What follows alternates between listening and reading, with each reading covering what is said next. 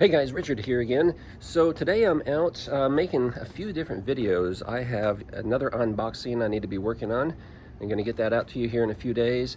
But before that, I'm going to be working on doing the review of the, where's it at? I'm going to do the review of the Electric XP trike. So that is due.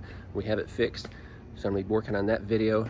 And I'm also working on a special video where I'm going to be talking about small versus large trikes, and which one you might need to consider if you're looking to buy or purchase an e-trike. So those are some of the things I'm working on right now, but I don't have a video that I plan to release today. So here's the deal. My buddy Dan over at Senior E-Bike Nation just released a good video yesterday where he's out. He's kind of riding and reviewing a specific bike, but he goes and starts talking about safety. And he's got a lot of great safety points that he makes in that video, and I think you'll like that video. So I encourage you to go over there and check that out.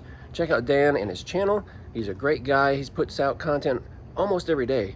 So if you're content hungry, go over there and check out his channel. And I'm going to leave that video for you right here.